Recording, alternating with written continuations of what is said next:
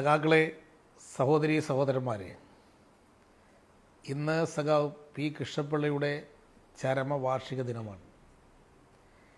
73 വർഷം മുമ്പാണ്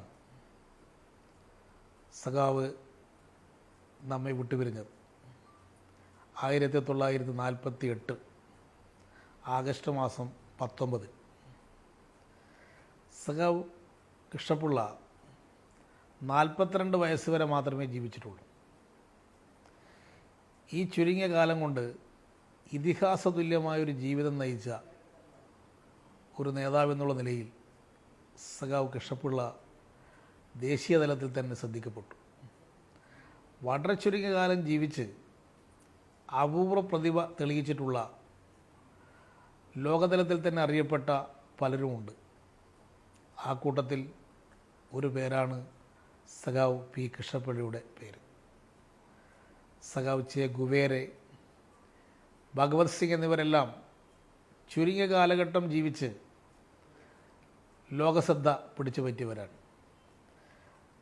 കൃഷ്ണപിള്ള എന്ന പേര് സഖാവ് എന്നുള്ള നിലയിലാണ് അറിയപ്പെട്ടത്.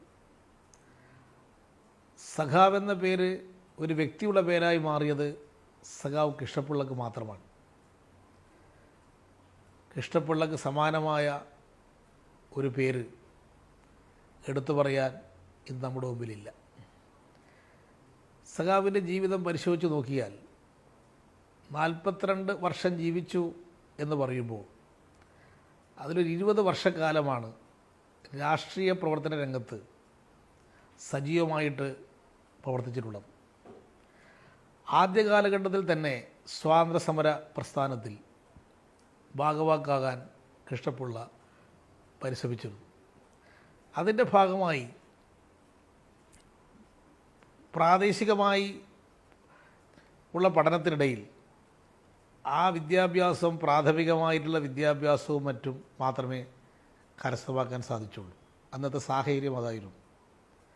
പക്ഷേ സഖാവ് കൃഷ്ണപിള്ള ഹിന്ദി പ്രചാര സഭയുടെ ഭാഗമായി ഹിന്ദി പഠനത്തിൽ വ്യാപൃതനാവുകയും അദ്ദേഹം ഹിന്ദി പരീക്ഷയിൽ വിവിധ ഘട്ടങ്ങൾ കടന്ന് ഹിന്ദി അധ്യാപകൻ എന്നുള്ള യോഗ്യത നേടിക്കൊണ്ട് ഹിന്ദി പ്രചാരസഭയുടെ പ്രചാരകനായിട്ട് മാറി. ആ ഹിന്ദി പ്രചാരസഭയുടെ പ്രചാരകനായിട്ട് മാറുമ്പോഴും ദേശീയ പ്രസ്ഥാനത്തിൻ്റെ ഭാഗമായിരുന്നു അന്ന് ഹിന്ദി പ്രചരണം. അതിൻ്റെ ഭാഗമായി ഏറ്റെടുത്തൊരു ഉത്തരവാദിത്വമായിരുന്നു അത്. പിന്നീട് കൃഷ്ണപിള്ള സ്വാതന്ത്ര്യസമര പ്രസ്ഥാനത്തിൻ്റെ ഭാഗമായി കോൺഗ്രസ് പാർട്ടിയുടെ സജീവ പ്രവർത്തകനായിട്ട് മാറി. കോൺഗ്രസ് പാർട്ടിയുടെ സജീവ പ്രവർത്തകനായിട്ട് മാറിയ സന്ദർഭത്തിലാണ് സഖാവ് കോഴിക്കോട് സബ് ജയിലിൽ കിടക്കുന്ന സഖാവ് EMSുമായി സഹതടവുകാരനായിട്ട് മാറിയപ്പോൾ EMSുമായിട്ടുള്ള ബന്ധം കൃഷ്ണപിള്ളയുടെ രണ്ടുപേരുടെയും ജീവിതത്തിൽ വലിയ മാറ്റങ്ങൾ വരുത്തി. സഖാവ് EMSനെ ഒരു കമ്മ്യൂണിസ്റ്റുകാരനാക്കി മാറ്റിയതിൽ കൃഷ്ണപിള്ളക്കുള്ള പങ്ക് സഖാവ് EMS തന്നെ പിന്നീട് രേഖപ്പെടുത്തിയിട്ടുണ്ട്. അതുല്യനായിട്ടുണ്ട് സംഘാടകൻ, പ്രക്ഷോഭകാരി, പ്രചാരകൻ, എഴുത്തുകാരൻ എന്നീ നിലകളിലെല്ലാം ശ്രദ്ധേയനായിരുന്നു സഖാവ് പി കൃഷ്ണപിള്ള.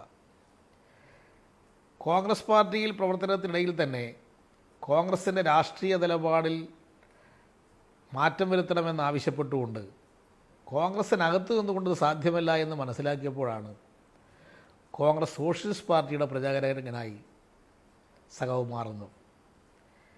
പിന്നീട് കോൺഗ്രസ് സോഷ്യലിസ്റ്റ് പാർട്ടി നിന്നുകൊണ്ട് തന്നെ കമ്മ്യൂണിസ്റ്റ് പാർട്ടി രഹസ്യമായി സംഘടിപ്പിക്കാൻ മുൻകൈയെടുത്ത് കൃഷ്ണപിള്ള പ്രവർത്തിച്ചു. ആ ഘട്ടത്തിലാണ് അദ്ദേഹം കേരളത്തിൽ സംഘാടകനായി അദ്ദേഹത്തിൻ്റെ കഴിവ് എത്ര വലുതാണെന്ന് തെളിയിച്ചത്. കോൺഗ്രസ് സോഷ്യലിസ്റ്റ് പാർട്ടിക്കകത്ത് നിശബ്ദമായി പ്രവർത്തിച്ചുകൊണ്ട് ആ കോൺഗ്രസ് സോഷ്യലിസ്റ്റ് പാർട്ടിയെ ഒന്നടങ്കം കമ്മ്യൂണിസ്റ്റ് പാർട്ടിയായി രൂപാന്തരപ്പെടുത്തുന്നതിൽ സഖാവ് കൃഷ്ണപിള്ളക്ക് സാധിച്ചു. 1937 കോഴിക്കോട്ട് പാർട്ടിയുടെ ആദ്യത്തെ ഒരു സെൽ കേന്ദ്ര കമ്മിറ്റിയുടെ അംഗീകാരത്തോടു കൂടി കേരളത്തിൽ ആദ്യമായി രൂപീകരിക്കപ്പെട്ടപ്പോൾ അതിൻ്റെ സെക്രട്ടറിയായി സഖാവ് പി കൃഷ്ണപിള്ളയാണ് ചുമതല ഏറ്റെടുത്തത്. 4 പേരാണ് അന്ന് സെല്ലിലുണ്ടായിരുന്നത്. ആ 4 പേർ നടത്തിയ പ്രവർത്തനത്തിൽ കൂടിയാണ് പിന്നീട് 1939 ആകുമ്പോഴേക്ക് കോൺഗ്രസ് സോഷ്യലിസ്റ്റ് പാർട്ടി കമ്മ്യൂണിസ്റ്റ് പാർട്ടിയായി രൂപാന്തരം പ്രാപിക്കുന്നത്. അത് കൃഷ്ണപിള്ളിയുടെ സംഘടനാ ശേഷിയായിരുന്നു അതിലേറ്റവും പ്രധാനമായി ശ്രദ്ധിക്കപ്പെട്ടത്. പിണറായിയിലെ പാറപ്പുറത്ത് വെച്ച് ചേർന്ന സമ്മേളനത്തിൽ വെച്ച് കമ്മ്യൂണിസ്റ്റ് പാർട്ടി രൂപീകരിച്ചതായി പ്രഖ്യാപിച്ചു. തുടർന്ന് സഖാവ് കൃഷ്ണപിള്ള ഒളിവിലിരുന്നു കൊണ്ട് തന്നെ 1940 സെപ്റ്റംബർ മാസം 15 സാമ്രാജ്യവിരുദ്ധ ദിന പരിപാടി സംഘടിപ്പിക്കുന്നതിന് വേണ്ടി നേതൃത്വം കൊടുത്തു. അന്നാണ് കമ്മ്യൂണിസ്റ്റ് പാർട്ടി കേരളത്തിൽ രൂപീകരിച്ചുവെന്ന് ദേശീയതലത്തിൽ അറിയപ്പെട്ടത്. തലശ്ശേരി, മുറാഴ, മട്ടന്നൂർ തുടങ്ങിയ പ്രദേശങ്ങൾ സമര കേന്ദ്രങ്ങളായിട്ട് മാറി. ബ്രിട്ടീഷ് പട്ടാളക്കാരും കമ്മ്യൂണിസ്റ്റുകാരും തമ്മിൽ ഏറ്റുമുട്ടി. കൃഷ്ണപിള്ളയുടെ സംഘടനാ വൈഭവം, ജനങ്ങളെ ഓരോ പ്രദേശത്തും അണിനിരത്തുന്നതിൽ അദ്ദേഹം കാണിച്ചിട്ടുള്ള സംഘടനാ മികവ് പിന്നീടാണ് തിരിച്ചറിയുന്നത്. അങ്ങനെ വിവിധ സ്ഥലങ്ങളിൽ അദ്ദേഹം നടത്തിയിട്ടുള്ള പ്രവർത്തനം വഴി കമ്മ്യൂണിസ്റ്റ് പാർട്ടി രൂപീകരണം കേരളത്തിലുടനീളം ശ്രദ്ധിക്കപ്പെട്ട പ്രവർത്തനങ്ങൾ ഏറ്റെടുക്കുവാൻ കൃഷ്ണപിള്ളയുടെ ഇടപെടൽ സഹായകരമായി. തൊഴിലാളികളെ സംഘടിപ്പിക്കണമെന്ന് അദ്ദേഹം തീരുമാനിച്ചു. തൊഴിലാളി സംഘടനയ്ക്ക് രൂപം കൊടുത്തു. ആലപ്പുഴയിൽ കേന്ദ്രീകരിച്ച് പ്രവർത്തിച്ചുകൊണ്ട് കയർ തൊഴിലാളികളെ സംഘടിപ്പിച്ചു. കോഴിക്കോട്ട് കേന്ദ്രീകരിച്ച് ഓട്ട് തൊഴിലാളികളെ, കണ്ണൂർ കേന്ദ്രീകരിച്ച് വീട് തൊഴിലാളികളെയും കൈത്തറി തൊഴിലാളികളെയും ആറോൺ മിൽ തൊഴിലാളികളെയും സംഘടിപ്പിച്ചു. എന്നാൽ തൊഴിലാളി പ്രസ്ഥാനം മാത്രം പോരാ എന്ന് തിരിച്ചറിഞ്ഞുകൊണ്ട് കർഷക പ്രസ്ഥാനം സംഘടിപ്പിക്കണമെന്ന് തീരുമാനിച്ചുകൊണ്ട് കർഷക സംഘം രൂപീകരിക്കാൻ കൃഷ്ണപിള്ള മുന്നിട്ടിറങ്ങി പ്രവർത്തിക്കുകയുണ്ടായി. അങ്ങനെ തൊഴിലാളി പ്രസ്ഥാനവും കർഷക പ്രസ്ഥാനവും ഒന്നിച്ച് സംഘടിതമായി ഇടപെട്ടുകൊണ്ട് മാത്രമേ സമൂഹത്തിൽ മാറ്റം വരുത്താൻ സാധിക്കുകയുള്ളൂ എന്ന് തിരിച്ചു പറഞ്ഞുകൊണ്ടുള്ള ഇടപെടലായിരുന്നു അത്. പിന്നോക്കിടക്കുന്ന സമൂഹത്തിൽ അന്ധവിശ്വാസങ്ങൾക്കെതിരെ, അനാചാരങ്ങൾക്കെതിരെ നവോത്ഥാന മൂല്യങ്ങൾ ഉയർത്തിപ്പിടിക്കാൻ കമ്മ്യൂണിസ്റ്റുകാരെ രംഗത്തിറക്കാൻ അദ്ദേഹം പ്രത്യേകമായിട്ട് ശ്രദ്ധിച്ചു. പിന്നീട് കുട്ടികളെ സംഘടിപ്പിക്കണം എന്ന് തീരുമാനിച്ചുകൊണ്ട് ബാലസംഘം സംഘടിപ്പിച്ചു. എത്ര ദീർഘവീക്ഷണത്തോടു കൂടിയാണ് കൃഷ്ണപിള്ള ആ കാലത്ത് കമ്മ്യൂണിസ്റ്റ് പാർട്ടിയുടെ പ്രവർത്തനങ്ങൾ സംഘടിപ്പിച്ചിരുന്നത് എന്ന് ഇത് പരിശോധിച്ച് നോക്കിയാൽ നമുക്ക് കാണാൻ സാധിക്കും. ഇതിനിടയിൽ കോൺഗ്രസ്സുകാരൻ എന്നുള്ള നിലയിൽ വിവിധ സമരങ്ങളിൽ അദ്ദേഹം പങ്കെടുത്തപ്പോൾ കാണിച്ചിട്ടുള്ള ധീരത അത് പ്രത്യേകം ശ്രദ്ധിക്കപ്പെടേണ്ടുന്നൊരു കാര്യമാണ്. കൃഷ്ണപിള്ളയുടെ കയ്യിൽ നിന്ന് അദ്ദേഹം പിടിച്ചിരുന്ന ദേശീയ പതാക അത് പിടിച്ചു വാങ്ങാൻ ബ്രിട്ടീഷ് പട്ടാളക്കാർ ശ്രമിച്ചപ്പോൾ അത് വിട്ടുകൊടുക്കാതെ ഇഞ്ചിഞ്ചായ മർദ്ദനത്തിന് വിധേയമായപ്പോഴും സ്വാതന്ത്ര്യത്തിന് വേണ്ടിയുള്ള പതാക ഉയർത്തിപ്പിടിക്കാൻ സഖാവ് കൃഷ്ണപിള്ള കാണിച്ചിട്ടുള്ള ധീരത എല്ലാവരും ശ്രദ്ധിക്കപ്പെട്ടൊരു കാര്യമാണ്. ഒരു സമരമുഖത്തു നിന്നും കൃഷ്ണപിള്ളയെ പിന്തിരിപ്പിക്കാൻ സാധിക്കുമായിരുന്നില്ല. ഗുരുവായൂർ സത്യാഗ്രഹത്തിൽ സഖാവ് പങ്കെടുത്തു. AKG ആയിരുന്നു വളണ്ടിയർ ക്യാപ്റ്റൻ. AKGക്കൊപ്പം ചേർന്ന് ആ സമരത്തിൻ്റെ സംഘാടകനായി കൃഷ്ണപിള്ള മാറി. വൈക്കം സത്യാഗ്രഹത്തിൽ പങ്കെടുത്തു. വൈക്കം സത്യാഗ്രഹ സമരം ദേശീയ ശ്രദ്ധ ആകർഷിച്ച സമരമായി. കമ്മ്യൂണിസ്റ്റുകാരനെന്നുള്ള നിലയിൽ പ്രവർത്തിച്ചുകൊണ്ട് തന്നെ ഇതിലെല്ലാം അദ്ദേഹം ഭാഗവാക്കായി. കോൺഗ്രസ്സുകാരനായി പ്രവർത്തിക്കുന്ന സന്ദർഭത്തിലും അദ്ദേഹം ദേശീയ പ്രസ്ഥാനത്തിൻ്റെ ഭാഗമായി കമ്മ്യൂണിസ്റ്റ് പ്രസ്ഥാനത്തിൻ്റെ പ്രത്യേക തിരിച്ചറിഞ്ഞുകൊണ്ടായിരുന്നു അദ്ദേഹം പ്രവർത്തനങ്ങൾ മുന്നോട്ട് കൊണ്ടുപോയത്. അങ്ങനെ പതറാതെ ഒരു യോദ്ധാവ്, വിപ്ലവകാരി, ഒരു മർദ്ദനത്തിന് മുമ്പിലും കീഴടങ്ങാത്ത കമ്മ്യൂണിസ്റ്റ്, ലോക്കപ്പിൽ പതറാത്ത പോരാളി, ജയിലറകൾ കാണുമ്പോൾ വിറച്ചു പോകാത്ത കമ്മ്യൂണിസ്റ്റുകാരൻ, ഇതൊക്കെ കൃഷ്ണപിള്ളയുടെ പ്രത്യേകതയാണ്. ആ കാലത്തെ കമ്മ്യൂണിസ്റ്റുകാർ എല്ലാവരും ശ്രദ്ധിക്കപ്പെട്ടത് ഇത്തരത്തിലുള്ള വ്യക്തികൾ സ്വീകരിച്ചിട്ടുള്ള നിലപാടുകളിൽ കൂടിയാണ് കമ്മ്യൂണിസ്റ്റ് പാർട്ടിയെ ജനങ്ങൾ തിരിച്ചറിഞ്ഞത്. എന്തിനു വേണ്ടി ഇവർ പ്രവർത്തിക്കുന്നു? നാടിനു വേണ്ടി പ്രവർത്തിക്കുന്നു, സ്വന്തം കാര്യത്തിന് വേണ്ടിയിട്ടല്ല. എന്ന് തിരിച്ചറിഞ്ഞ് കൂടുതൽ കൂടുതൽ ആളുകൾ കമ്മ്യൂണിസ്റ്റ് പ്രസ്ഥാനത്തിലേക്ക് ആകർഷിക്കപ്പെട്ടത് കൃഷ്ണപ്പിള്ളിയുടെ ഈ പ്രവർത്തന ശൈലിയായിരുന്നു. കൃഷ്ണപ്പിള്ളിയുടെ പ്രവർത്തനം സഹികെട്ട കോൺഗ്രസ്സുകാർ കൃഷ്ണപ്പിള്ളിയുടെ പൊതുയോഗങ്ങൾ ആക്രമിക്കാൻ ശ്രമിച്ചിരുന്നു. പക്ഷേ സഖാവ് പിന്മാറിയില്ല. ഒരു പ്രദേശത്ത് പാർട്ടി പൊതുയോഗം നടത്താൻ സാധ്യമല്ല എന്ന് അവസ്ഥ സൃഷ്ടിക്കപ്പെടുമ്പോൾ അവിടെ കൃഷ്ണപ്പിള്ളി എത്തുമായിരുന്നു. കണ്ണൂരിൽ ഇങ്ങനെ പാർട്ടി പൊതുയോഗം അലങ്കോലപ്പെടുത്തി എന്നുള്ള വിവരം കൃഷ്ണപ്പിള്ളി അറിഞ്ഞു. കൃഷ്ണപ്പിള്ള പറഞ്ഞു, അവിടെ ഒരു യോഗം സംഘടിപ്പിക്കൂ, ഞാൻ വരാം. കൃഷ്ണപ്പിള്ള പങ്കെടുത്ത് യോഗം സംഘടിപ്പിച്ചു. ആ യോഗത്തെയും അലങ്കോലപ്പെടുത്താൻ കോൺഗ്രസ് റൗഡികൾ രംഗത്തിറങ്ങി. നാനാഭാഗത്തു നിന്ന് കല്ലുകൾ സ്റ്റേജിലേക്ക് വന്ന് വീണു. കൃഷ്ണപ്പിള്ള അതിൽ നിന്ന് പിന്മാറിയില്ല, യോഗം നിർത്തിവെച്ചില്ല. ജനങ്ങളോട് പിന്തിരിയാൻ പാടില്ല, അവിടെ തന്നെ നിൽക്കാൻ പറഞ്ഞു. എന്നിട്ട് അതിൽ നിന്ന് കൃഷ്ണപ്പിള്ള ഒരു കല്ല് എടുത്ത് കയ്യിലുയർത്തി പറഞ്ഞു, ഞാൻ ഈ കല്ല് പരസ്യമായി ലേലം ചെയ്യുകയാണ്. 1 അണ 2 അണ 3 അണ എന്ന് ലേലം ചെയ്തു. ജനങ്ങൾ ആർത്ത് വിളിച്ചു. ആ കല്ല് ലേലം ചെയ്ത് വിറ്റ് അത് പാർട്ടി ഫണ്ടിലേക്ക് മുതൽ കൂട്ടി. ഇങ്ങനെ കൃഷ്ണപ്പിള്ളിയുടെ യോഗം അലങ്കോലപ്പെടുത്താൻ ശ്രമിച്ച ആളുകൾ അവർ പരാജയപ്പെട്ടു, നിരാശരായി. ഒരു പൊതുയോഗം അലങ്കോലപ്പെടുത്തിയാൽ പിറ്റേ പ്രാവശ്യം സംഘടിപ്പിക്കുന്ന പൊതുയോഗത്തിൽ ആളുകൾ വർദ്ധിച്ചു വരാൻ തുടങ്ങി. കൃഷ്ണപ്പിള്ളിയെ എങ്ങനെ കീഴ്പ്പെടുത്താൻ സാധിക്കില്ല എന്ന് എതിരാളി സംഘം തിരിച്ചറിഞ്ഞു. അങ്ങനെ എല്ലാ സമരമുഖങ്ങളിലും സഖാവ് കൃഷ്ണപ്പിള്ള ഒരു ധീരമായ യോദ്ധാവായിട്ട് നിലകൊള്ളും.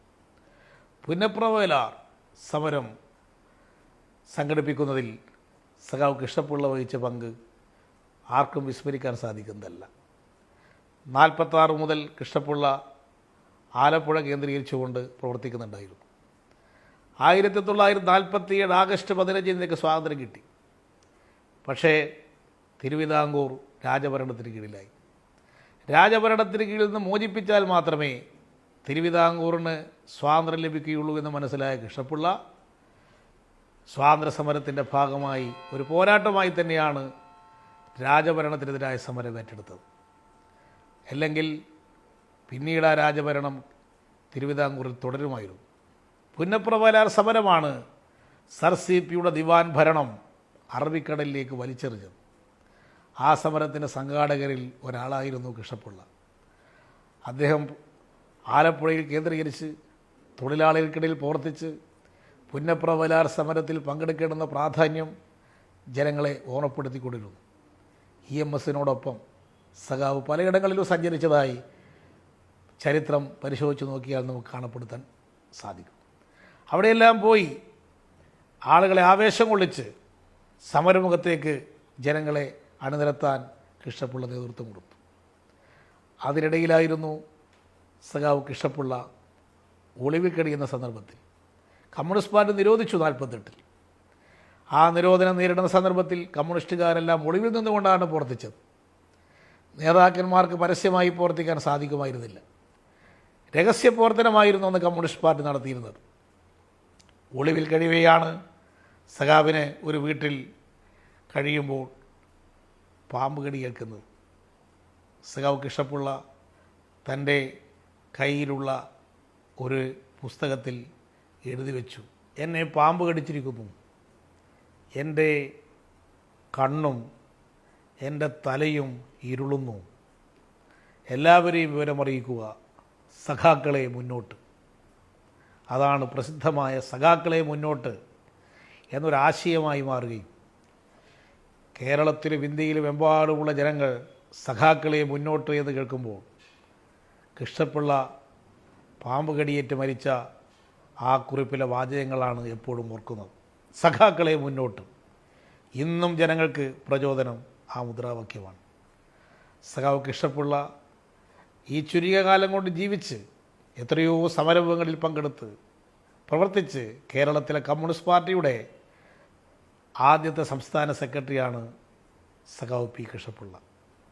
കൃഷ്ണപ്പിള്ളയിൽ നിന്ന് തുടങ്ങിയതാണ് കേരളത്തിലെ കമ്മ്യൂണിസ്റ്റ് പാർട്ടിയുടെ മുന്നോട്ട് പോക്കുള്ള പ്രയാണവും ചരിത്രവും എന്നത് നമുക്ക് രേഖപ്പെടുത്തിയെടുക്കാൻ സാധിക്കേണ്ടുന്നൊരു കാര്യമാണ്.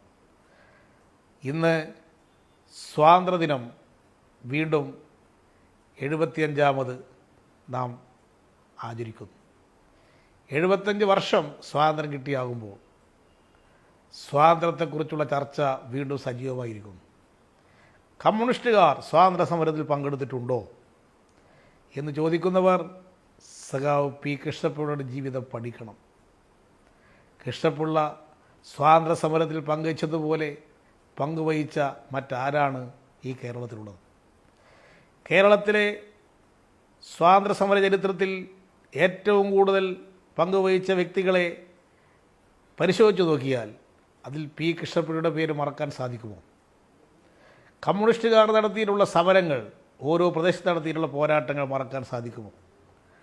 1940 സമരം, കമ്മ്യൂണിസ്റ്റുകാർ നടത്തിയിട്ടുള്ള സാമ്രാജ്യവിരുദ്ധ പോരാട്ടം അതിലേറ്റവും പ്രധാനപ്പെട്ട പങ്ക് വഹിച്ചതല്ലേ?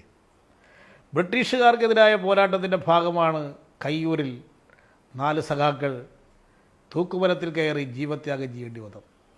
അവരെ ശിക്ഷിച്ചത് ബ്രിട്ടീഷ് ഭരണകൂടമാണ്. സ്വാതന്ത്ര്യത്തിന് വേണ്ടിയാണ് ആ ധീരന്മാരായ കയ്യൂരിലെ കർഷക മക്കൾ രക്തസാക്ഷിത്വം വരിച്ചത്. അതെല്ലാം പിന്നീട് സ്വാതന്ത്ര്യ സമരമായി അംഗീകരിക്കേണ്ടി വന്നില്ലേ? അന്ന് നടത്തിയിട്ടുള്ള നിരവധി സമരങ്ങളെ, കമ്മ്യൂണിസ്റ്റുകാർ നടത്തിയ പോരാട്ടങ്ങളെ സ്വാതന്ത്ര്യ സമരമായി അംഗീകരിക്കാൻ നിർബന്ധിക്കപ്പെട്ടത് കമ്മ്യൂണിസ്റ്റുകാർ സ്വാതന്ത്ര്യ സമരത്തിൽ പങ്കുവച്ച പങ്ക് ആർക്കും മറച്ചു വെക്കാൻ സാധിക്കുകയില്ല എന്നതുകൊണ്ടല്ലേ? അങ്ങനെ ഒരു ചരിത്രം RSSനുണ്ടോ? RSS സ്വാതന്ത്ര്യ സമരകാലത്ത് ഏതെങ്കിലും ഒരു സ്വാതന്ത്ര്യ സമരത്തിൽ പങ്കെടുത്തിട്ടുണ്ടോ? അന്ന് RSS പറഞ്ഞത് ശത്രു ബ്രിട്ടീഷുകാരല്ല, ശത്രു മുസ്ലിമാണ്, അവരെയാണ് ഇല്ലാതാക്കേണ്ടത്, മുസ്ലിമുകളാണ് ഇല്ലാതാവേണ്ടത്. അതിൻ്റെ കൂടെ നിന്നുകൊണ്ട് ബ്രിട്ടീഷുകാർക്ക് അനുകൂലമായ നിലപാട് RSSകാർ സ്വീകരിച്ചു. അതിൻ്റെ ഭാഗമായി ജയിലിൽ പോയ RSSകാരെ, നേതാക്കന്മാരെ തന്നെ ബ്രിട്ടീഷ് ഗവൺമെൻറ് വിട്ടയച്ചു. ബ്രിട്ടീഷ് ഗവൺമെൻറ്റിന് അനുകൂലമായ നിലപാട് സ്വീകരിച്ച RSS സ്വാതന്ത്ര്യ സമരത്തിൽ ഒരു പങ്കും വഹിച്ചിട്ടില്ല. അവർക്ക് ഇന്ത്യൻ സ്വാതന്ത്ര്യ സമരത്തെക്കുറിച്ച് ഒന്നും അഭിമാനിക്കാനില്ല, അവകാശപ്പെടാനില്ല. എന്നാൽ അങ്ങനെയല്ല കമ്മ്യൂണിസ്റ്റുകാരുടെ ചരിത്രം. ഇന്ത്യയിൽ ഏത് ഭാഗത്ത് നടന്ന പോരാട്ടങ്ങൾ നോക്കിയാലും കമ്മ്യൂണിസ്റ്റുകാർക്കൊരു ചെറിയ ഗ്രൂപ്പുണ്ടെങ്കിൽ അന്ന് ആ സ്വാതന്ത്ര്യ സമരത്തിൽ അവർ പങ്കാളികളായിട്ടുണ്ട്. കോൺഗ്രസ് പാർട്ടിക്കകത്ത് നിന്നുകൊണ്ടുള്ള കമ്മ്യൂണിസ്റ്റുകാർ അതിൽ പങ്കാളിത്തം വഹിച്ചിട്ടുണ്ട്.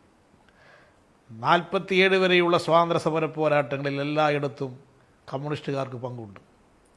അതാണ് ഇന്ത്യയുടെ സമരചരിത്രം പരിശോധിച്ചാൽ കമ്മ്യൂണിസ്റ്റുകാരുടെ പങ്ക് വിസ്മരിക്കാൻ സാധിക്കുന്നതല്ല. ഇന്ത്യക്ക് സ്വാതന്ത്ര്യം കിട്ടുമ്പോൾ സഖാവ് AKG കണ്ണൂർ സെൻട്രൽ ജയിലിൽ കിടക്കുകയാണ്. AKG ജയിലിൽ കിടന്നത് സ്വാതന്ത്ര്യ സമരത്തിൽ പങ്കെടുത്ത് ബ്രിട്ടീഷുകാരാണ് AKG ജയിലിലടച്ചത്. കമ്മ്യൂണിസ്റ്റുകാർ അന്ന് സ്വാതന്ത്ര്യദിനം ആചരിച്ചിരുന്നോ എന്ന് ചോദിക്കുന്നവരുണ്ട്. അന്ന് കമ്മ്യൂണിസ്റ്റുകാർ, ജയിലിനകത്തുള്ള കമ്മ്യൂണിസ്റ്റുകാർ ജയിലിനകത്ത് സ്വാതന്ത്ര്യദിനം ആചരിച്ചു. സഖാവ് AKG കണ്ണൂർ സെൻട്രൽ ജയിലിൽ കിടക്കുമ്പോൾ സ്വാതന്ത്ര്യദിനം ആചരിച്ചത് എങ്ങനെയാണെന്ന് ചരിത്രം രേഖപ്പെടുത്തിയിട്ടുണ്ട്. ഒരു ദേശീയ പതാക, ചെറിയൊരു ദേശീയ പതാക കയ്യിലേന്തി ഏകനായി കണ്ണൂർ സെൻട്രൽ ജയിലിൽ സ്വാതന്ത്ര്യം കിട്ടിയതിൻ്റെ ആഹ്ലാദം പ്രകടിപ്പിച്ചുകൊണ്ട് AKG നടത്തിയിട്ടുള്ള സ്വാതന്ത്ര്യദിന ആചരണ പരിപാടി ചരിത്രം രേഖപ്പെടുത്തിയിട്ടുള്ളൊരു സംഭവമല്ലേ? ഒറ്റക്കേകനായി ദേശീയ പതാക പിടിച്ചുകൊണ്ട് AKG ജയിലിനകത്ത് സ്വാതന്ത്ര്യദിനം ആചരിച്ചു. ജയിലിനകത്ത് കിടന്നവർ ജയിലിനകത്തും പുറത്ത് ഉള്ളവർ പുറത്തും സ്വാതന്ത്ര്യദിനം 1947 ആഗസ്റ്റ് 15 ആചരിച്ചു. കമ്മ്യൂണിസ്റ്റുകാർ സ്വാതന്ത്ര്യദിനത്തെ ബഹിഷ്കരിക്കുകയല്ല ചെയ്തത്. എന്നാൽ പിന്നീടുള്ള വർഷമായപ്പോൾ കമ്മ്യൂണിസ്റ്റ് പാർട്ടി ജനങ്ങൾക്കൊരു മുന്നറിയിപ്പ് കൊടുത്തു. എന്താണ് സ്വാതന്ത്ര്യ സമരം കൊണ്ട് നാം പ്രതീക്ഷിച്ചത്? ആ സ്വാതന്ത്ര്യം യഥാർത്ഥമായി നേടിയെടുക്കാൻ നമുക്ക് സാധിച്ചിട്ടില്ല എന്ന അനുഭവം തെളിയിക്കുന്നു. ബ്രിട്ടീഷ് ബൂർഷ്വാസിക്ക് പകരം മറ്റൊരു ബൂർഷ്വാസി ഭരണത്തിൽ വന്നിരിക്കുന്നു.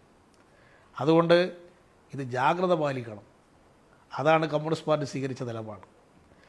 പിന്നീട് കമ്മ്യൂണിസ്റ്റ് പാർട്ടി ഒരിക്കലും സ്വാതന്ത്ര്യദിനാഘോഷം ബഹിഷ്കരിക്കണമെന്ന് ആഹ്വാനം ചെയ്തിട്ടില്ല. പക്ഷേ എല്ലാ സ്വാതന്ത്ര്യദിനത്തിലും കോൺഗ്രസ്സുകാർ അത് തങ്ങളുടെ ഒരു പരിപാടിയായി ആചരിക്കാൻ തുടങ്ങിയപ്പോൾ കമ്മ്യൂണിസ്റ്റ് പാർട്ടി എല്ലാ സ്വാതന്ത്ര്യദിനത്തിലും, ഓരോ സ്വാതന്ത്ര്യദിനത്തിലും പാർട്ടി മുഖപത്രങ്ങളിൽ കൂടി പാർട്ടി നിലപാട് വ്യക്തമാക്കുകയും സ്വാതന്ത്ര്യദിനം കൊണ്ട് എന്താണ് പ്രതീക്ഷിച്ചത്, ഇന്ന് സ്വാതന്ത്ര്യത്തിന് ശേഷം രാജ്യം നേരിടുന്ന പ്രശ്നം എന്താണ് എന്ന് ജനങ്ങൾ ഓർമ്മപ്പെടുത്തിക്കൊണ്ടേയിരുന്നു. എന്നാൽ ഈ 75ാം വാർഷികമാകുമ്പോൾ അതിനൊരു പ്രത്യേകതയുണ്ട്. അത് ഇന്ത്യ 75 വർഷം പിന്നിട്ടിരിക്കുന്നു. ഈ സന്ദർഭത്തിൽ ഇന്ത്യൻ സ്വാതന്ത്ര്യത്തിൻ്റെ അപകടത്തിലാക്കാൻ പുതിയ നീക്കങ്ങൾ ആരംഭിച്ചിരിക്കുന്നു. ഇന്ത്യയുടെ ഭരണകക്ഷി തന്നെ സാമ്രാജ്യത്വവുമായി സന്ധി ചെയ്തിരിക്കുന്നു. ഇതിൻ്റെ ഭാഗമായി നമ്മുടെ രാജ്യത്തിൻ്റെ സ്വാതന്ത്ര്യം നിലനിർത്തണം. സ്വാതന്ത്ര്യം, ജനാധിപത്യം, സോഷ്യലിസം, മതനിരപേക്ഷത, ഇതെല്ലാം പ്രധാനമായ സങ്കല്പങ്ങൾ നിലനിർത്തുക തന്നെ ചെയ്യണം. അതിനുവേണ്ടി ഇന്ത്യൻ സ്വാതന്ത്ര്യം കാത്തു സൂക്ഷിക്കണം. ആ സ്വാതന്ത്ര്യത്തെ കവർന്നെടുക്കാൻ ശ്രമിക്കുന്ന സാമ്രാജ്യത്വ ശക്തികൾക്കെതിരെയുള്ള മുന്നറിയിപ്പ് കൊടുക്കുക എന്നതാണ് ഇത്തവണ സ്വാതന്ത്ര്യദിനത്തിൽ പങ്കാളിത്തം വഹിച്ചുകൊണ്ട് തന്നെ ഈ പ്രവർത്തനത്തിൽ പങ്കാളിത്തം വഹിച്ചുകൊണ്ട് ജനങ്ങൾക്ക് മുന്നറിയിപ്പ് കൊടുക്കണം. മുൻകാലങ്ങളിൽ എല്ലാ വർഷവും ജനങ്ങൾക്ക് പാർട്ടി മുന്നറിയിപ്പ് നൽകിക്കൊണ്ടിരുന്നു. പക്ഷേ ഇത് അതിനേക്കാൾ പുതിയൊരു സ്ഥിതിവിശേഷം രാജ്യത്ത് വന്നിരിക്കുന്നു. നമ്മുടെ മതനിരപേക്ഷത അപകടത്തിലായിരിക്കുന്നു. ഫെഡറൽ ഘടന തകർന്നുകൊണ്ടിരിക്കുന്നു. പാർലമെൻ്ററി ജനാധിപത്യം വെറും പ്രഹസനമായി മാറിക്കൊണ്ടിരിക്കുന്നു. ഈ സാഹചര്യത്തിലാണ് ജുഡീഷ്യറി പോലും സ്വതന്ത്രത കാത്തു സൂക്ഷിക്കാൻ സാധിക്കാത്ത അവസ്ഥയിലേക്ക് എത്തിയിരിക്കുന്നു. ഈ ഘട്ടം, ഇതുപോലൊരവസ്ഥ ഒരിക്കലും നമ്മുടെ രാജ്യം നേരിട്ടിട്ടില്ല. ഭരിക്കുന്ന കക്ഷി തന്നെ പങ്കാളിത്തം വഹിച്ചുകൊണ്ടാണ് ഭരണഘടനാ മൂല്യങ്ങൾ തകർത്തുകൊണ്ടിരിക്കുന്നത്. ഈ സന്ദർഭത്തിൽ ഈ സ്വാതന്ത്ര്യം നിലനിർത്തണം. കമ്മ്യൂണിസ്റ്റുകാരുൾപ്പെടെയുള്ളവർ ജീവത്യാഗം നടത്തി നേടിയെടുത്ത സ്വാതന്ത്ര്യം കാത്തു സൂക്ഷിക്കാൻ RSS തയ്യാറില്ല. അവർക്ക് സ്വാതന്ത്ര്യം അപകടത്തിലായാൽ അവർക്കൊന്നും ചിന്തയില്ല. അവർക്ക് മതഭരണമാണ് വേണ്ടത്. മതഭരണം സംരക്ഷിക്കാൻ സാമ്രാജ്യത്വവുമായി അവർ കൂട്ടുകൂടുകയാണ്. മതഭരണം എങ്ങനെയെങ്കിലും സ്ഥാപിക്കണം, അതിനുവേണ്ടി ശ്രമിച്ചുകൊണ്ടിരിക്കുകയാണ്. അതിന് സ്വാതന്ത്ര്യം പോയാലും തിരക്കേടില്ല. ഇവിടെ മതന്യൂനപക്ഷങ്ങളെ ഉന്മൂലനം ചെയ്യണം. ഇവിടെ പുരോഗമന ചിന്താഗതികളില്ലാത്ത രാജ്യമാക്കി മാറണം. കോർപ്പറേറ്റുകളെ ഈ രാജ്യത്തിൻ്റെ ഭരണം ഏൽപ്പിക്കണം എന്നൊറ്റ ചിന്ത മാത്രമേ ഇപ്പോൾ RSSനുള്ളൂ. സ്വാതന്ത്ര്യം, അതിൻ്റെ മൂല്യങ്ങൾ കാത്തു സൂക്ഷിക്കാനുള്ള ഒരു പങ്കും വഹിക്കാത്ത RSSനെ ജനമധ്യത്തിൽ തുറന്നു കാണിക്കണം. ഈ ഗവൺമെൻറ്റിൻ്റെ നിലപാടുകളെ ജനങ്ങളെ അറിയിക്കണം. അത് സാധിക്കണമെങ്കിൽ ഈ പരിപാടിയിൽ പങ്കെടുത്തുകൊണ്ട് നടത്തുമ്പോൾ ജനങ്ങൾ നമ്മുടെ ശബ്ദം ശ്രദ്ധിക്കും. ഇന്ന് രാജ്യമാകെ ശ്രദ്ധിക്കപ്പെട്ടു. CPM ഓഫീസിന് മുമ്പിൽ പതാക ഉയർത്തുന്നു, ദേശീയ പതാക ഉയർത്തുന്നു. അതൊരു പുതിയ സന്ദേശം രാജ്യത്ത് നൽകിയിരിക്കുകയാണ്. ചിലർ പറയുന്നു നിങ്ങൾ നേരത്തെ ഇത് ചെയ്യേണ്ടതായിരുന്നു എന്ന് ചിലർ ഇപ്പോൾ പറയുന്നുണ്ട്. ഇതിന്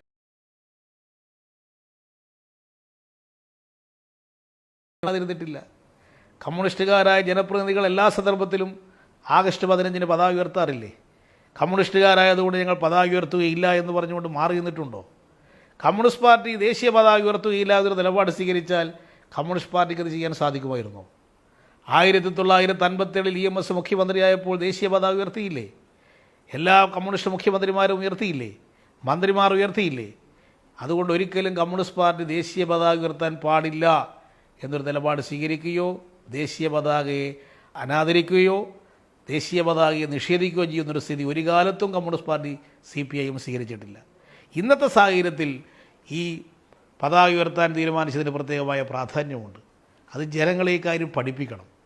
അതുകൊണ്ട് രാജ്യമാകെ ഒരു ചർച്ചാ വിഷയമാക്കാൻ ഇത്തവണത്തെ ആഗസ്റ്റ് 15-ൽ CPM സ്വീകരിച്ച നിലപാട് സഹായകരമായി.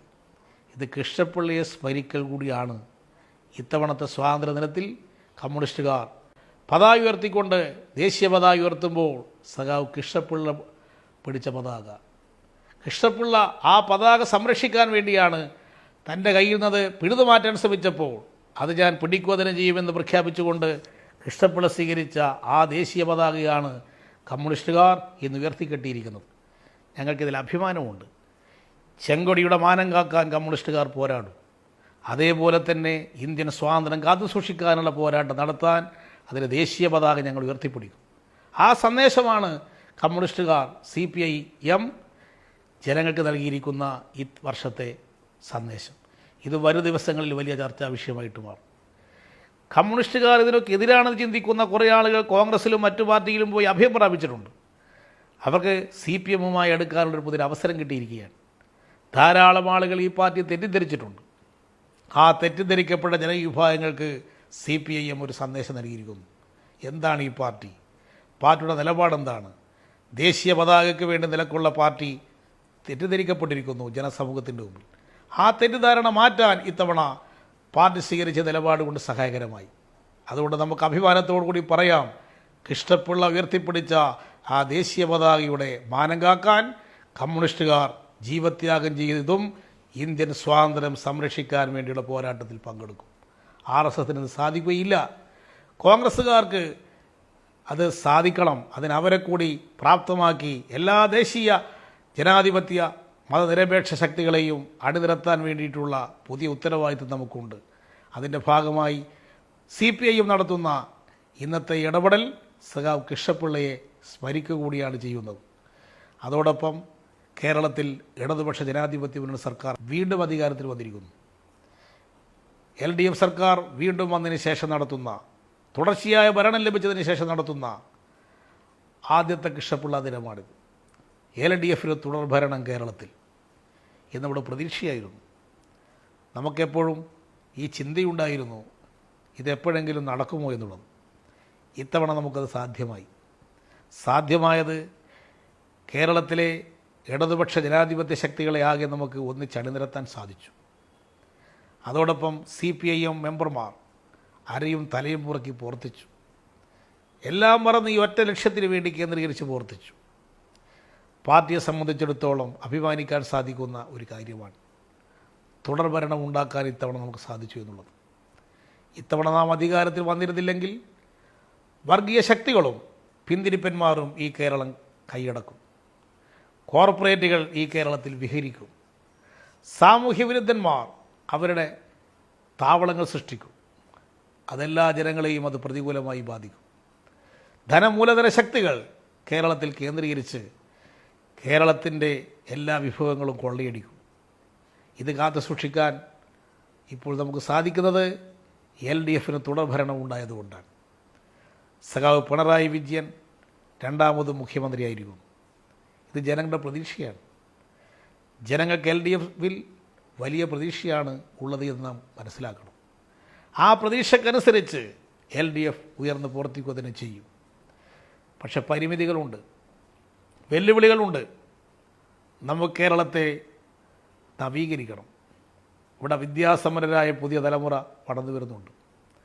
അവർക്ക് മെച്ചപ്പെട്ട തൊഴിലവസരങ്ങൾ ഉണ്ടാക്കണം. ലോകത്തിൻ്റെ നാനാഭാഗങ്ങളിൽ പോയി മലയാളികൾ ഇന്ന് പണിയെടുക്കുന്നുണ്ട്. അവർക്ക് ഇവിടെ തന്നെ തൊഴിലവസരം എങ്ങനെ ഉണ്ടാക്കാൻ സാധിക്കും എന്നതാണ് നാം ഇന്ന് ചിന്തിക്കുന്നത്. കൊച്ചു കേരളമെന്ന് നാം കേരളത്തെക്കുറിച്ച് പറയാറുണ്ട്. എന്നാൽ കേരളം ലോകതലത്തിൽ വളർന്നിരിക്കുകയാണ്. മലയാളികൾ ലോകത്തിൻ്റെ എല്ലാ തലങ്ങളിലുമുണ്ട്. കേരള മോഡൽ എന്നത് ലോകപ്രസിദ്ധമായി മാറിയിരിക്കുന്നു. ഈ സാഹചര്യം നാം ഉപയോഗിക്കണം. അതിന് പറ്റാവുന്ന വിധത്തിൽ വ്യാവസായ മേഖലയിൽ ഇടപെടണം. കാർഷിക മേഖലയിൽ പുതിയ ഇടപെടൽ വേണം. ഉന്നത വിദ്യാഭ്യാസ രംഗത്ത് പുതിയ മാറ്റങ്ങൾ വേണം. ഒരു പുതിയ വിജ്ഞാന മേഖല നമുക്ക് വളർത്തിയെടുക്കാൻ സാധിക്കും. അതിന് വലിയ അവസരമാണ് നമ്മുടെ മുമ്പിൽ തുറന്നു കിട്ടിയിരിക്കുന്നത്. ഇതെല്ലാം ഉപയോഗിക്കാൻ സാധിക്കത്തക്ക വിധത്തിൽ ഭരണകൂട സംവിധാനത്തെ നവീകരിക്കണം. എല്ലാ മേഖലയിലും പരിഷ്കരണം വേണം. ആവശ്യമായ മാറ്റങ്ങൾ വേണം. നമ്മുടെ ഈ കാഴ്ചപ്പാടിന് തടസ്സമായി നിൽക്കുന്ന നിയമങ്ങൾ മാറ്റേണ്ടതായിട്ട് വരും. ചട്ടങ്ങൾ മാറ്റേണ്ടതായിട്ട് വരും. ജനങ്ങൾക്ക് പ്രതികൂലമായി നിൽക്കുന്ന ചട്ടങ്ങളേത് അത് മാറ്റുക തന്നെ വേണം. എത്രയോ വർഷക്കാലമായി ഉള്ള കാര്യങ്ങൾ അതേപടി തുടരാനല്ല വീണ്ടും നമ്മുടെ ജനങ്ങൾ അധികാരത്തിൽ കൊണ്ടുവന്നിരിക്കുന്നത്. കോൺഗ്രസ് ഭരിച്ചതുപോലെ കേരളം ഭരിക്കാനല്ല നമുക്ക് ജനങ്ങൾ വീണ്ടും അവസരം തന്നിരിക്കുന്നത്. ഇന്ത്യയിൽ BJP ഭരിക്കുന്നത് പോലെ കേരളം ഭരിക്കാനല്ല നമുക്ക് ജനങ്ങൾ അവസരം നൽകിയിരിക്കുന്നത്. അവർക്ക് ചെയ്യാൻ കഴിയാത്ത കാര്യം നമുക്ക് ചെയ്യാൻ സാധിക്കും എന്ന പ്രതീക്ഷയാണ് ഈ തുടർഭരണം നമുക്ക് കിട്ടാനുള്ള കാരണം. അത് മനസ്സിലായിക്കൊണ്ടുള്ള പ്രവർത്തനങ്ങൾ ഏറ്റെടുക്കാൻ പാർട്ടി ഉദ്ദേശിക്കുകയാണ്. അതിൻ്റെ ഭാഗമായി ആവിഷ്കരിക്കുന്ന നയങ്ങൾ ജനങ്ങൾക്കിടയിൽ പ്രചരിപ്പിക്കണം. ജനപക്ഷത്ത് നിന്ന് കമ്മ്യൂണിസ്റ്റുകാർ പ്രവർത്തിക്കണം. കൃഷ്ണപിള്ള പ്രവർത്തിച്ച കാലത്ത്, വസൂരി കോളറ വന്ന കാലത്ത് ജനങ്ങളെ അണിനിരത്തിക്കൊണ്ട് ജനങ്ങൾക്കൊപ്പം നിന്ന് പ്രവർത്തിച്ചുകൊണ്ട് കമ്മ്യൂണിസ്റ്റ് പാർട്ടിയെ ജനങ്ങളുടെ പാർട്ടിയാക്കി മാറ്റി. നമ്മുടെ പാർട്ടി ജനങ്ങളുടെ പാർട്ടിയാണ്. കൂടുതൽ ജനങ്ങളെ ഈ പാർട്ടിയിലേക്ക് കൊണ്ടുവരാനൊരു അവസരമാണ് നമുക്ക് ലഭിച്ചിരിക്കുന്ന ഈ തുടർഭരണം. കമ്മ്യൂണിസ്റ്റ് പാർട്ടിക്ക് അധികാരം പഞ്ചായത്തിൽ കിട്ടിയാൽ ആ പഞ്ചായത്തിൽ അധികാരം ഉപയോഗിച്ചുകൊണ്ട്, അവിടെയുള്ള പരിമിതമായ അധികാരങ്ങൾ ഉപയോഗിച്ചുകൊണ്ട് ജനങ്ങൾക്ക് വേണ്ടി പ്രവർത്തിക്കും. സഹകരണ സ്ഥാപനത്തിന് ഭരണം കിട്ടിയാൽ ആ സഹകരണ സ്ഥാപനം ഉപയോഗിച്ചുകൊണ്ട് ജനങ്ങൾക്ക് വേണ്ടി പ്രവർത്തിക്കും. പാവപ്പെട്ട ജനങ്ങൾക്ക് ഒരു ആശ്വാസമായിട്ട് പ്രവർത്തിക്കാൻ സാധിക്കുന്ന എല്ലാ മേഖലകളും നമുക്ക് കിട്ടുന്ന അവസരം ഉപയോഗിച്ചുകൊണ്ട് നമ്മൾ പ്രവർത്തിക്കും. അതാണ് കമ്മ്യൂണിസ്റ്റ് പാർട്ടി പതുക്കെ പതുക്കെ വളർന്ന് കേരളത്തിൻ്റെ ഒരു പ്രധാനപ്പെട്ട ശക്തിയായി മാറിയത്. ഇന്ന് CPIM-ന് സംസ്ഥാന ഭരണത്തിൽ നേതൃത്വമുണ്ട്.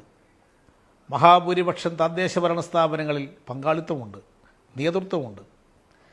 സഹകരണ സ്ഥാപനങ്ങൾ, വളരെയേറെ സഹകരണ സ്ഥാപനത്തിൽ CPIM പ്രവർത്തകന്മാർ പങ്കെടുക്കുന്നുണ്ട്. ഈ എല്ലാ അധികാര സ്ഥാനങ്ങളും ജനങ്ങൾക്ക് വേണ്ടി ഉപയോഗിക്കണം.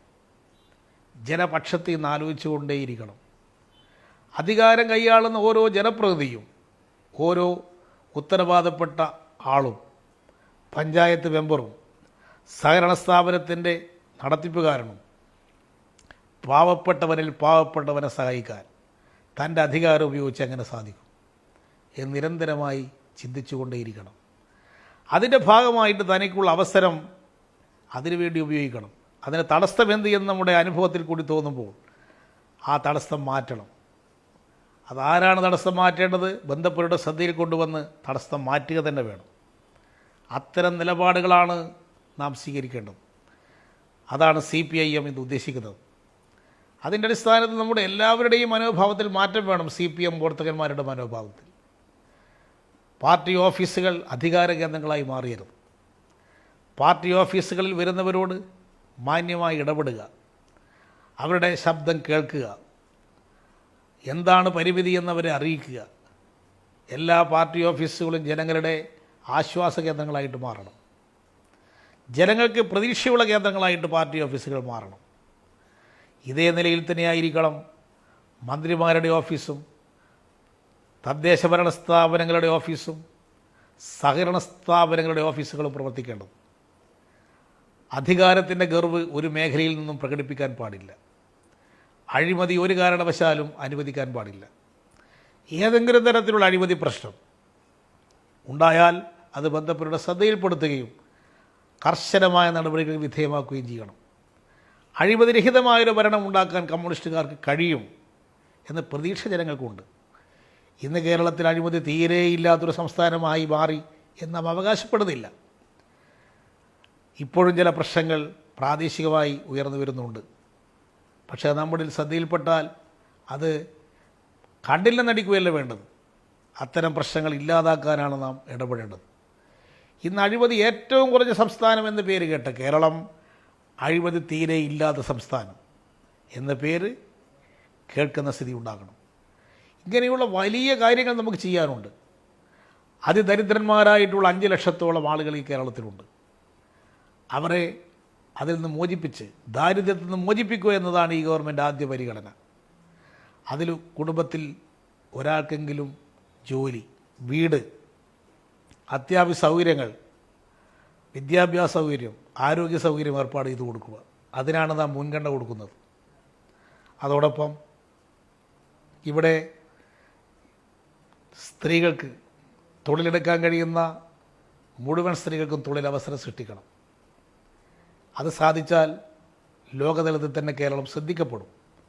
അതിനുള്ള പദ്ധതികൾ ഗവൺമെൻറ് തയ്യാറായി കഴിഞ്ഞു. അത് നമുക്ക് വിജയിപ്പിക്കണം. ഇങ്ങനെയെല്ലാം ചെയ്യുമ്പോൾ ഈ ഗവൺമെൻറ് UDF നിന്ന് വ്യത്യസ്തമാണ്, BJP ഗവൺമെൻറ് നിന്ന് വ്യത്യസ്തമാണ് ജനങ്ങൾ തിരിച്ചറിയും. അങ്ങനെ പ്രവർത്തിക്കാൻ നമുക്ക് കിട്ടിയ അവസരമാണ് ഈ 2ാം ഇടതുപക്ഷ മന്ത്രിസഭ. ഇന്നത്തെ കാലഘട്ടത്തിൽ ഓരോ പാർട്ടി ഘടകങ്ങളും ഈ കൃഷ്ണപിള്ള ദിനത്തിൽ പ്രതിജ്ഞയെടുക്കണം. പാർട്ടി മുന്നോട്ട് വെക്കുന്ന ഈ ആശയങ്ങൾ, ഗവൺമെൻറ് മുന്നോട്ട് വെക്കുന്ന പദ്ധതികൾ, അത് വിജയിപ്പിക്കാൻ ഒരു പാർട്ടി മെമ്പർ എന്നുള്ളതിൽ ഞാൻ പങ്കുവഹിക്കും. അതാണ് കൃഷ്ണപിള്ള ദിനത്തിൽ നാം എടുക്കേണ്ടുന്ന പ്രതിജ്ഞ. അങ്ങനെ പുതിയ ഉത്തരവാദിത്തങ്ങൾ, പുതിയ കടമകൾ ഏറ്റെടുത്ത് പ്രവർത്തിക്കാൻ ഓരോ CPM പ്രവർത്തകനും ഈ സന്ദർഭത്തിൽ സാധിക്കണം. അതിനുവേണ്ടിയുള്ള പ്രവർത്തനത്തിൽ നമുക്ക് മുന്നോട്ട് പോകാൻ സഖാവ് കൃഷ്ണപിള്ളയുടെ സ്മരണ എന്നും ഒരു പ്രചോദനമായിരിക്കും. മഹാനായ കമ്മ്യൂണിസ്റ്റ് നേതാവ് P. കൃഷ്ണപിള്ളയുടെ ചരമവാർഷികത്തിൽ അഗാധമായ പാർട്ടിയുടെ അദ്ദേഹത്തോടുള്ള കടപ്പാട് ഈ സന്ദർഭത്തിൽ പ്രകടിപ്പിക്കുന്നു. സഖാവിൻ്റെ പാവനസ്മരണക്ക് മുമ്പിൽ രക്തപുഷ്പങ്ങൾ അർപ്പിച്ചുകൊണ്ട് ഞാൻ എൻ്റെ വാക്ക് നിർത്തുന്നു. സഖാക്കളെ മുന്നോട്ട്, മുന്നോട്ട്, മുന്നോട്ട്.